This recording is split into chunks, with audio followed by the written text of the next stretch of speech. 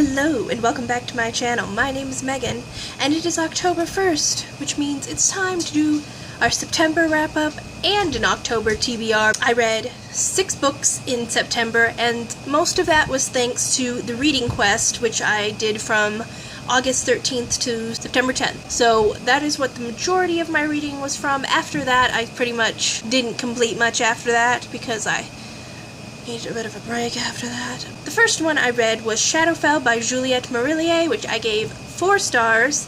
This is a fantasy YA novel, a slower fantasy YA novel, that follows a girl named Niren who has this sort of special gift to see and hear fairy type of folk. They don't call them fairy, they call them the good folk, I believe. But they're basically like your traditional sort of fairy types. This was definitely a slower book with a lot of traveling. It was very slow paced and I wouldn't recommend reading it during a readathon because of that, but I did really enjoy it. So the second book that I read this month was This Savage Song by Victoria Schwab, but I made my mother read this book as well, and I gave this 5 stars. I don't think my mother would though. I don't think she enjoyed the series as much as I do, but the world in these 2 books, it's sort of dystopic-like. There's these 2 cities that it mainly focuses on, and basically monsters are created from evil acts done by people, which is pretty cool. The idea of monsters being created from evil acts, like that's pretty much its selling point right there. I really love Victoria Schwab's way of creating interesting and different worlds, like taking something that would be familiar and then going in a different direction with it entirely. Like partially this is sort of like your average dystopia world, but there's monsters.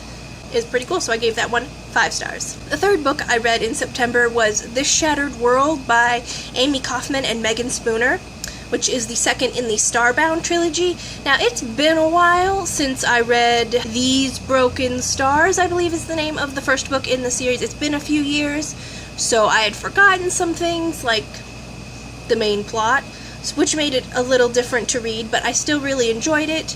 It has sort of a Romeo and Juliet vibe. Basically, all 3 of these books feature a male and a female protagonist who then fall in love.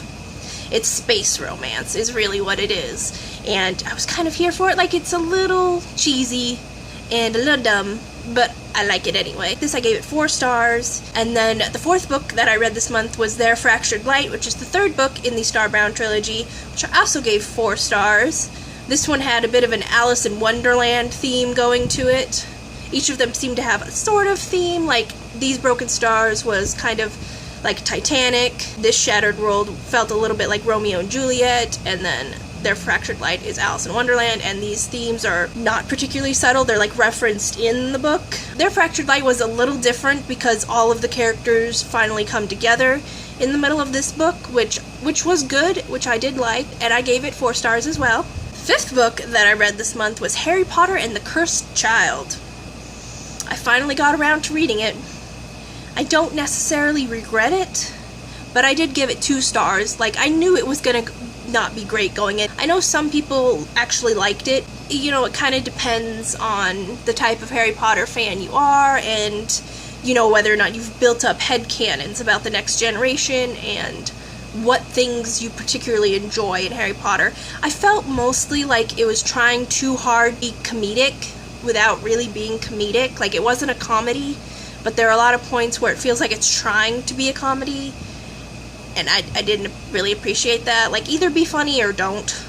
But I really did like Albus and Scorpius. I liked Scorpius more, because Albus was kind of a shithead, I would say, and that's pretty much the plot of this play. It's a play. I've never read a play before, except for maybe like parts of Macbeth or something during high school, and you can tell it's a play. Maybe it's better if you actually see it, but I can't really imagine it being so. I don't know. There were some odd choices made in this book that I didn't really appreciate, and I kind of want to do a video about everything that I hated about it, sort of, or what everything I felt was wrong about it, but I'm not sure if I should bother, because, you know, it's been out for a while. Everyone sort of has already read it and has their opinions about it, so I'm not sure if I should bother, but I might anyway, because Harry Potter is sort of my home fandom. It was my original fandom, so...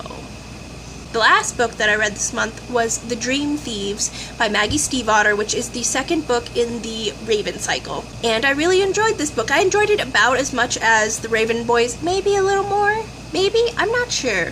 But I did give it 4 stars as well. The Raven Boys, the Raven cycle is about... Well, I suppose it's mainly about some teenagers looking for a lost Welsh king in Virginia, I think it is.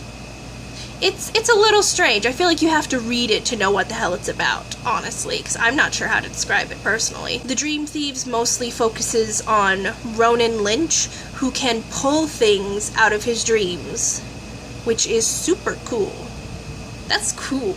I mean, I don't know if I'd want to pull anything out of my dreams, because my dreams are really weird, so maybe pass on that, but it definitely sounds like a great way to save money, so I can greatly appreciate that. So those are all the books that I read in September. I started reading Before She Ignites by Jodi Meadows, but I only got like maybe 25% into it before the library loan expired, and I sort of just let it. Like, I really do want to read it. I don't know if I'm quite in the mood for it yet. Like, I've been very hyped for it for a while, because Jodi Meadows is one of my favorite authors.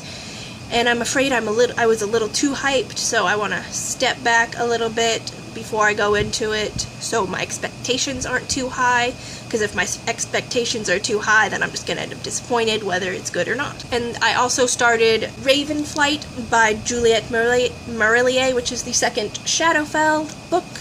I am only like 55 pages into this 400-page book, but that is what I am reading right now for the start of October, but I might have to set it aside. I'm not sure. It's really hard for me to read physical books sometimes. I tend to sit at my computer all day, so it's easier for me to read if the book is on the computer screen. And then I have several books that I need to get to this month, actually get to, and Ravenflight is technically one of them.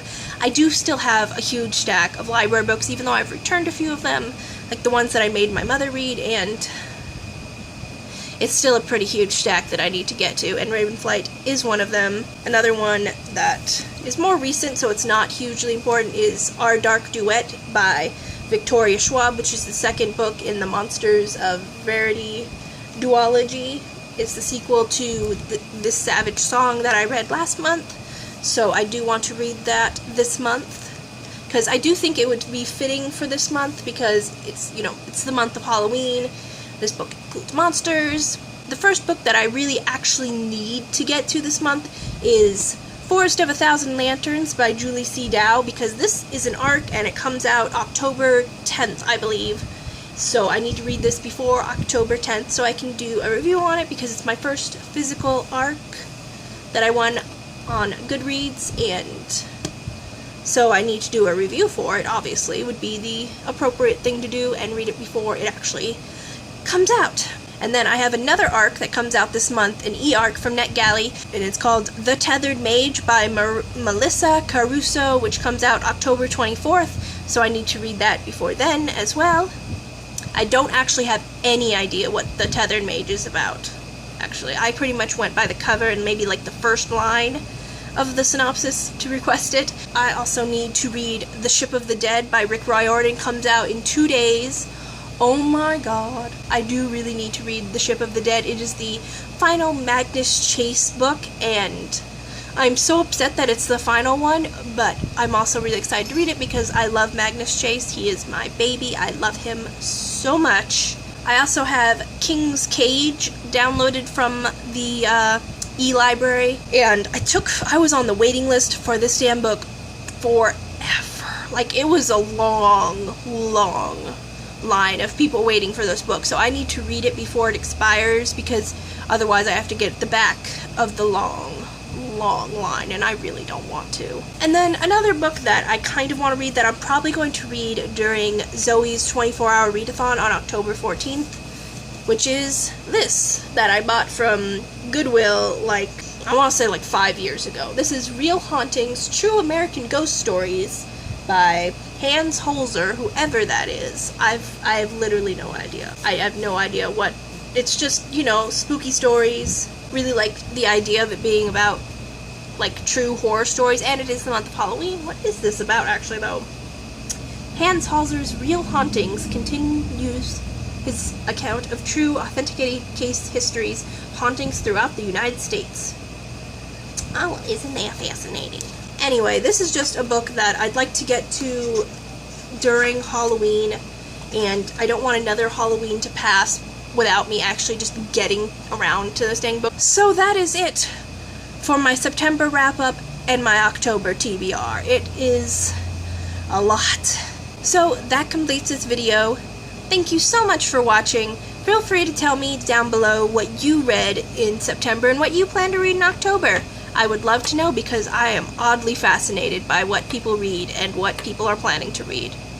That is why I am here. Happy Halloween! The entire month is Halloween, whether you like it or not. Thank you so much for watching. I will see you next time. Goodbye!